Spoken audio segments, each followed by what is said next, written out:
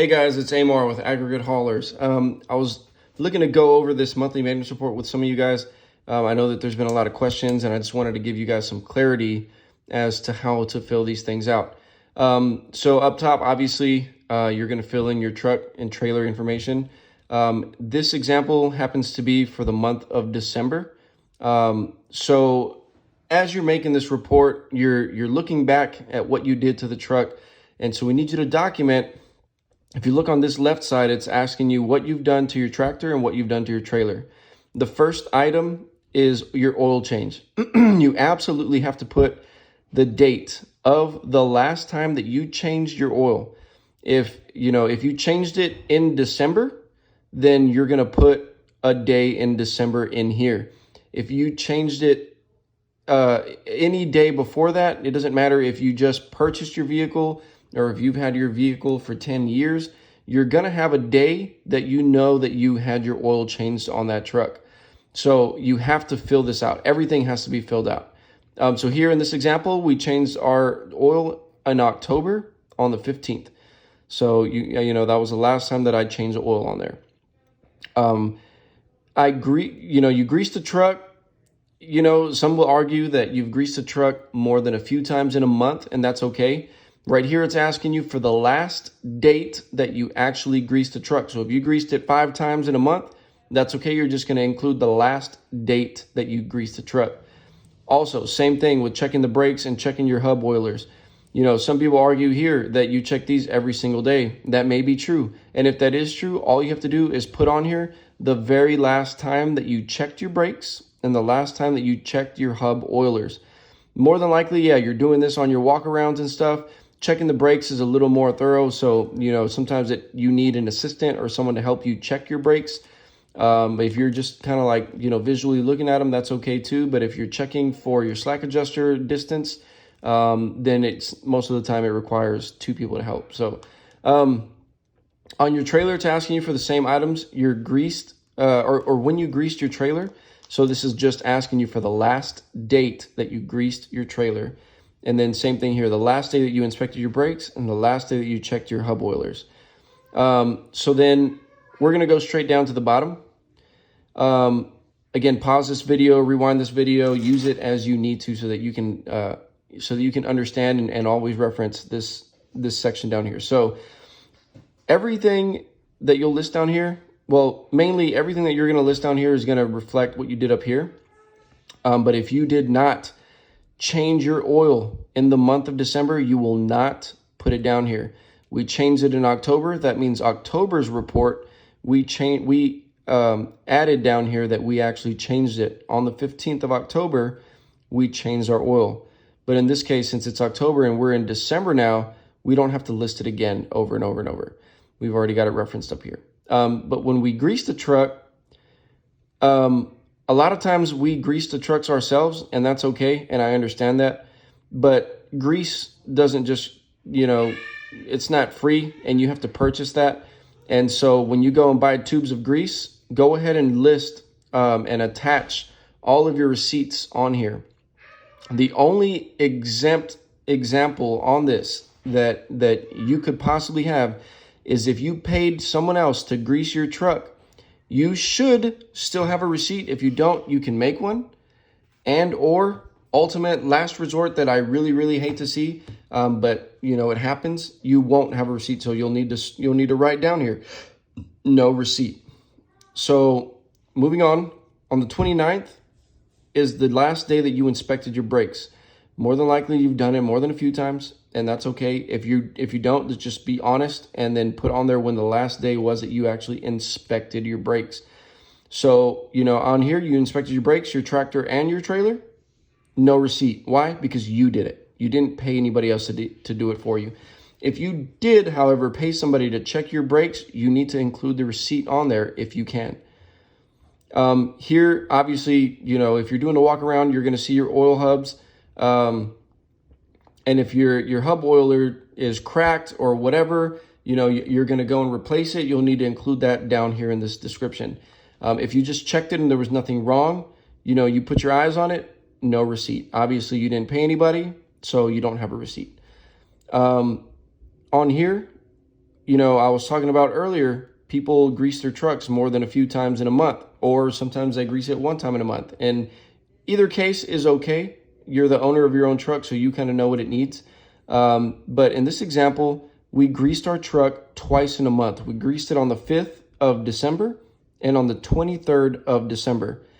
So on here, we greased the truck and the trailer on the same occasion, and I didn't attach anything because here I paid somebody to do it. So on the back, I'm going to attach my receipt for the tubes of grease and for the person that I had actually greased it. Now, if you greased it, again, you probably won't have a receipt, but you will still have a receipt for your tubes of grease. Unless in the weird, strange case or rare case of you bought a whole, tub of grease and it's like 300 gallons worth of grease, then at some point or another, you're going to include a receipt for that to reference. Moving on here, on the 16th of December, we have an item that's not from anything up top. On the 16th of December, you actually added air in the morning or in the afternoon or at some point in your day. You added air to one of your tires. Which tire was it? It was axle 3. It was the right side, and it was the outer tire.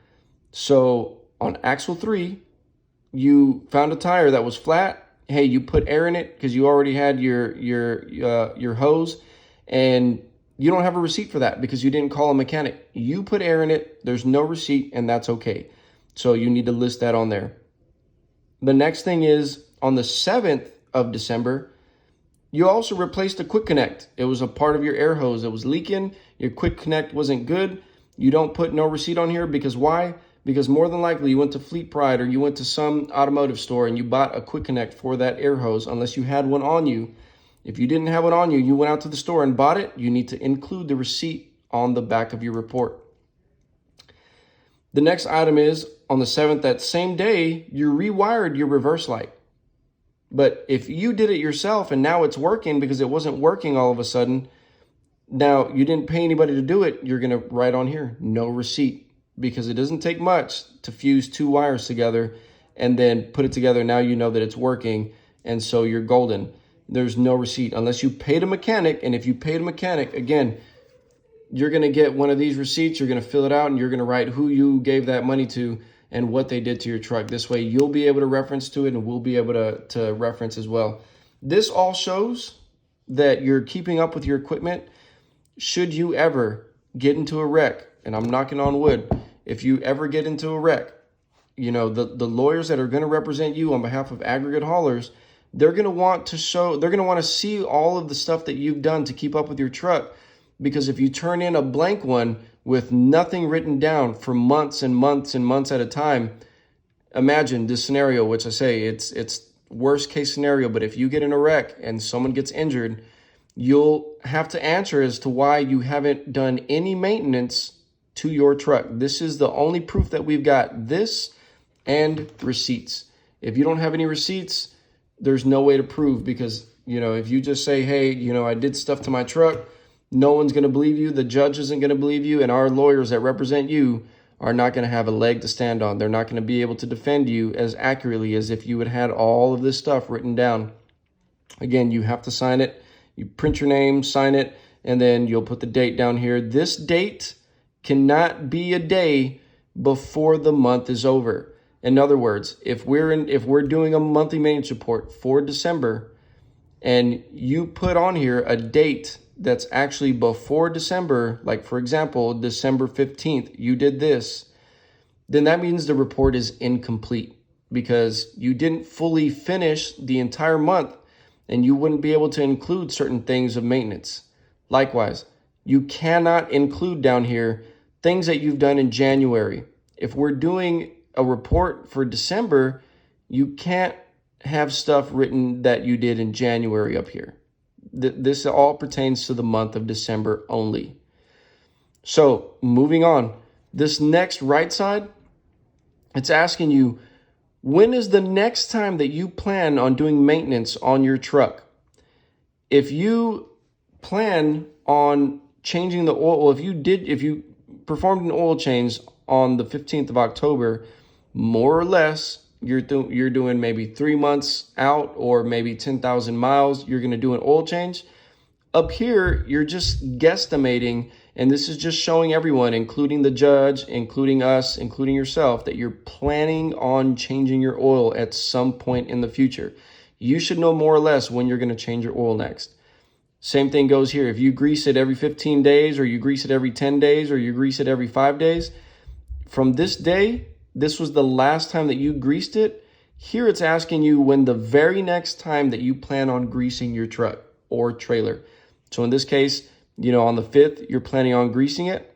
That same day that you're greasing it, you're going to go down there and inspect your brakes. And you're also going to check your hub oilers for your tractor and your trailer. So again, the dates may vary just a little bit here, but we want to know when the next time is, the very next time that you're going to grease your truck. So next time that you're going to inspect your trailer brakes, the next time that you're going to check your hub oilers.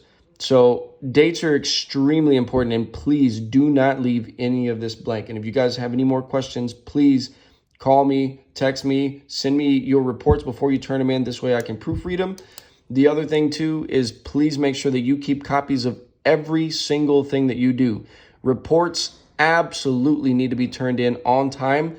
That's by the second week of the following month. In this example, the second week of January, these would already have been late, and you can be parked. We don't want you guys to be parked. Just stay on top of your reports. Try and get it done in a timely manner. And like I say, keep copies for yourself. When you turn in copies to us, please do not turn in your only copy. Take pictures with your phones. If you have a smartphone, take pictures. Document everything that you do to these trucks. If we have to go back and reference one day, if you get in a wreck, we may ask you for 6 months back or a whole entire year of these reports and receipts. And if you don't have them and we don't have them, then we can be in a heap of trouble. So please, please, please, you have to stay on top of these monthly maintenance reports. And if you have any questions, call me, Ashley, Heather, or Fernando, and we'll help you guys out. Thanks, man.